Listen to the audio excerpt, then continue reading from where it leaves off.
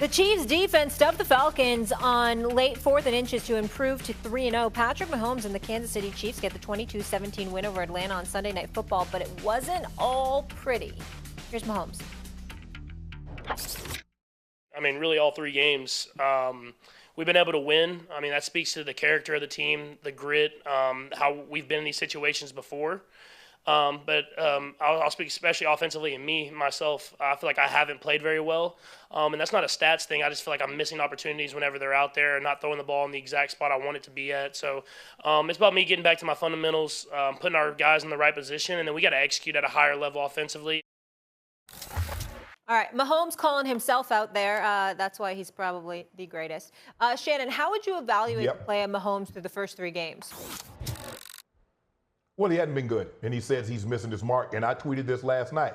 Don't let the undefeated record fool you. Patrick Mahomes is not playing well.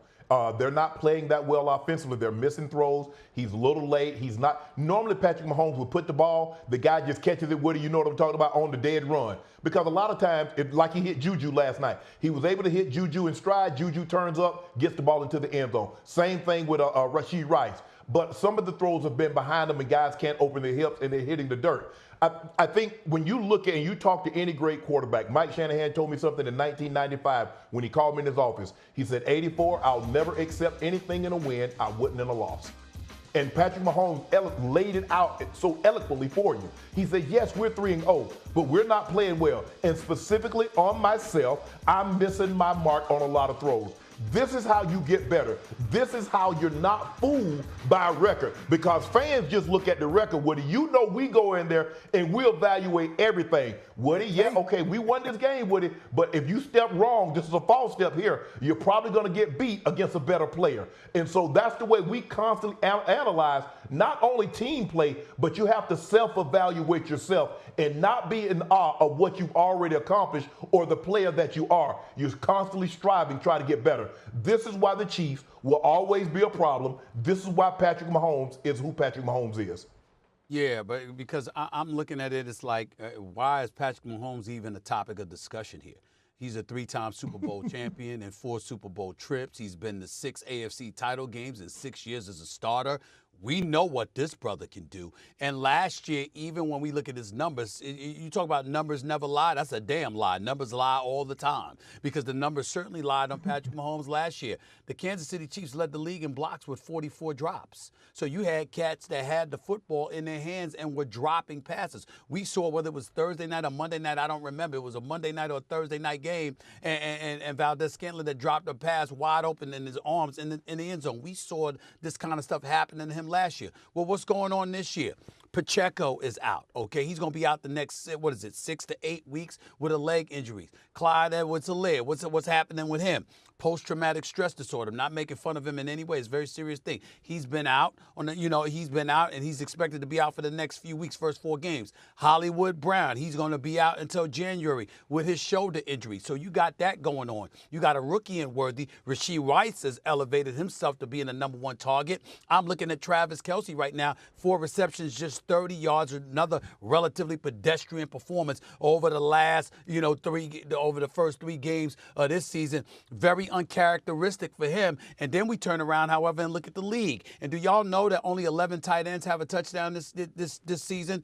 And none have more than 1. Something is going on with the lack of activity going in the direction of tight ends in the National Football League this year in terms of being big-time, contributors. We might, obviously that is expected to change, but still in all, it's worth noting. And so I'm looking at all of those things, and I'm saying they're still 3-0. And what happened last year? They struggled throughout the year. They came on strong in the playoffs and handled their business when it was time. So what if Hollywood Brown comes back? What if Pacheco comes back? Because they're both expected to come back, okay? What if that happens? What if Clyde Edwards-Helaire comes back as well, okay? And then you still got Worthy and Rice and Kelce. What's going to be the situation then? As far as I'm concerned, I'm not worried about the Kansas City Chiefs one bit. When they start losing games, call me, because somehow, some way, their defense keeps them in games. Obviously, a big play here, there from Mahomes to Rice to just extend things. And then on top of it all, they find a way to weed it out and win the damn game. They keep doing that, they're going to be more of a problem when it counts most, which is how things work in the Patrick Mahomes era. You know, when I listen to Patrick Mahomes and I, listen to the discourse about the Kansas City Chiefs, you know what this reminds me of, Molly? It reminds me of the Patriots. Really? Yes, Tell it me reminds what. me of the Patriots because the Patriots dominated for so long. Yeah, absolutely. And won so many games and won in all different, all different types of ways that we tend to like nitpick it. Like, what's wrong with what's wrong with this person? What's wrong with the Kansas City Chiefs? If I'm looking at the Kansas City Chiefs, this is a great place to be. If I'm Andy Reid, this is great from a coach's perspective. Like when you're not playing at your best, but you're still able to find a way to win, that's great because you're able to coach these guys harder. The fact that Patrick Mahomes is sitting here after being 3-0 and knowing I'm nowhere near playing to the level that I'm accustomed to playing at. That is a player and coach's dream right now. So yes, are the Kansas City Chiefs, hitting on all cylinders? Absolutely not. But they're playing complementary football. They're getting contributions from a bunch of different players. Guy like Carson Steele. No one ever heard of this guy running back. All he does, Pacheco goes out, he comes in as an undrafted free agent, big-time contributor. The defense has been playing lights out. So again, if you're the Kansas City Chiefs, or I should say this, if you're other teams playing against the Kansas City Chiefs, this makes you nervous because the Chiefs aren't hitting anywhere near where they need to be, but they're still finding ways to win football games. Yep. I think the thing is that I love about Patrick Mahomes. All Damian Woody had to say is, damn. Stephen A. Smith, he was very profound with what he said. I agree with him 100%. That's all he had to say. That's all he had to say. He had to go around and block around the corner. Somehow it always comes back to you. Somehow it's always his agenda. Really that hard? Is it really that hard to say, I agree with my boy. I agree with my boy. And by the way, y'all contaminated Shay with that too. Y'all contaminated Shay. Because Shay be coming at me, and all he had to say sometimes is, I agree with my boy. But I understand. I understand how this is, y'all. I understand. But here's the thing, though, Stephen A. You mentioned last year about the drops. Patrick Mahomes says, I'm missing my spot. This is not about drops this year. Woody, you played with Tom. You know he's a guy that's constantly evaluating his own play. He says, if I play to my best, everything else is going to take care of itself because I know I'm going to elevate everybody's level of play.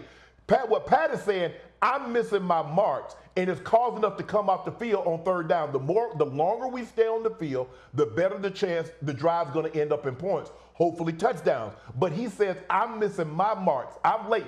Patrick Mahomes, that throw, that's supposed to be a touchdown. He stared the tight end down. That's why Justin Simmons, he came from the far hash to intercept that ball because Patrick Mahomes stared him down. He had Rashee Rice on a third down on a shallow cross. He threw it behind him, and it ended up being a drop. So what he's doing is that I'm evaluating myself.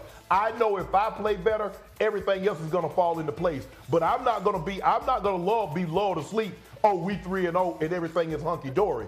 That's what the great players do. You go back and look at Peyton, listen to him talk, listen at Tom talk, listen at the great quarterbacks. Even when things, the record-wise says, okay, we're playing well, he's like, nah, I'm not going to be lulled by that because I know there are going to be times that we won't be able to get away with the play that we have like we did in the first 3 weeks of the season. So, Shay, basically what you're saying, that's what champions do. That's what champions do in this situation. Yes, absolutely. Right, absolutely. You're not going to be lulled to sleep by this, 3-0, knowing that we're not hitting on all cylinders right now. Yep. Want to take a moment because, we could be very, very critical up here and stuff like that and don't give people some love in a losing effort sometimes where they deserve it. But this cat, Justin Simmons, 4th consecutive game against Patrick Mahomes, he's intercepted him. Oh, yeah, he feasts off Patrick Mahomes now. Don't get it twisted. Even go back to his Denver days. He always feasted off Patrick Mahomes. There we go. But yeah, Mahomes. I'm trying to figure out what took him so long to get signed. He's one of the premier free safeties in all of football. He has great range. He's a great tackle. He can take the tight end. I'm surprised that it took him that long. In your day, who are now the veteran players in the league, and we got a couple of veterans here at quarterback. What a difference it makes for a team when they come in with a guy who knows what he's doing back at quarterback.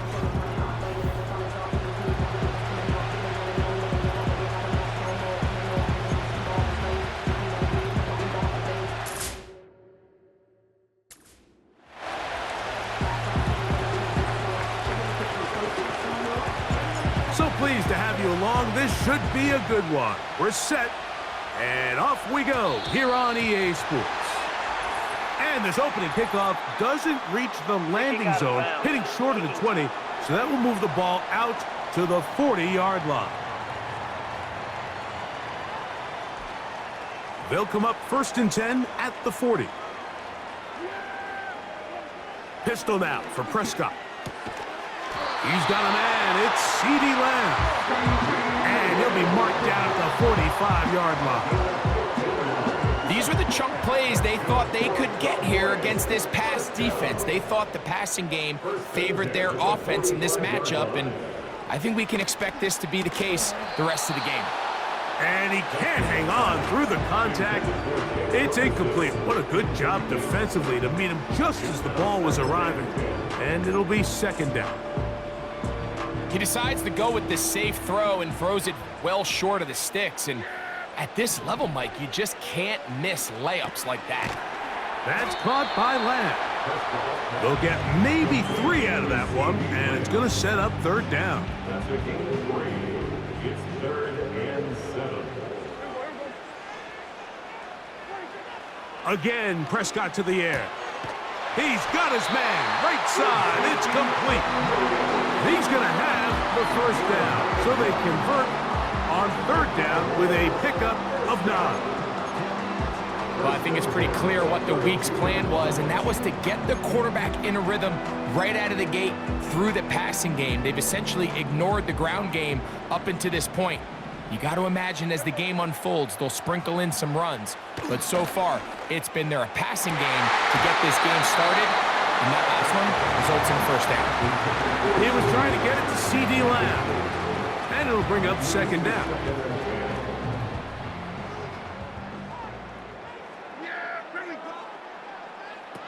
Prescott again. That's into the hands of Lamb. Well, he's brought down. That pass is going to pick up 4 and bring up 3rd down. This is one of those throws where you're hoping you do most of the damage after the catch, but give credit to the defense. Once that ball was caught, they were on him quickly, and there was nowhere for him to go after the catch. That's to the middle of the field and caught by Cooks. They get 15 on that game. 1st down, Cowboys.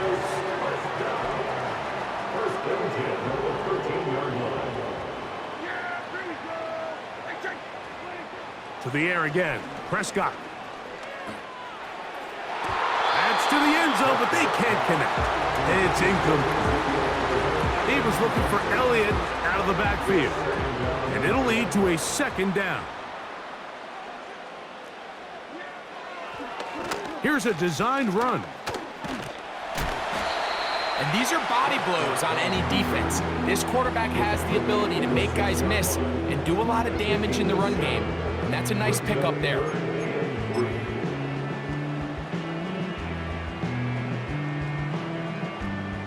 Play 10 of this opening drive. And here's 3rd down. Operating from the gun, here's Dak. And he'll take it on in. Jalen Tolbert, touchdown, Dallas. Brandon Aubrey now for the extra point.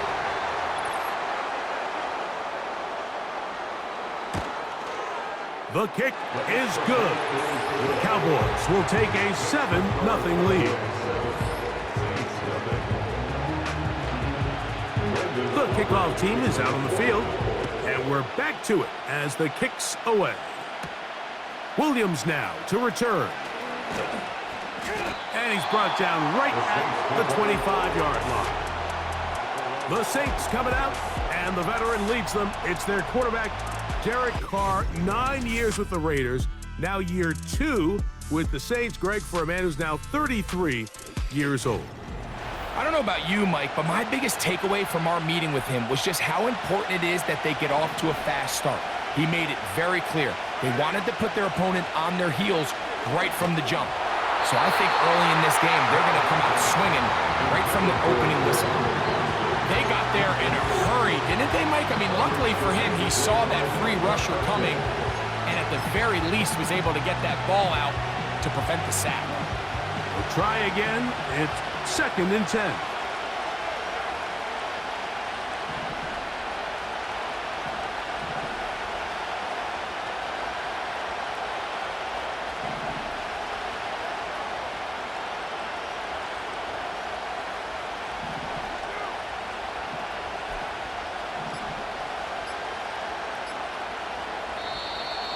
play clock has expired.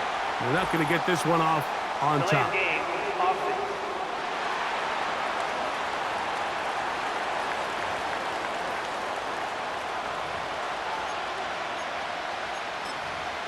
Still second down.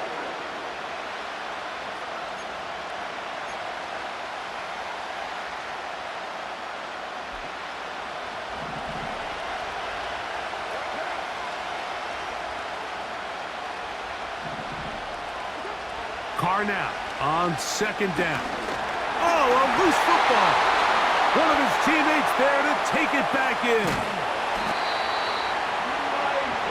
Sometimes these games in the NFL, Mike, they get decided by simply how the ball bounces. I mean, how often do we see a quarterback in the pocket get stripped sack, and that ball ends up going the other direction? Fortunately for them, they can regroup, get back in the huddle, and live another day.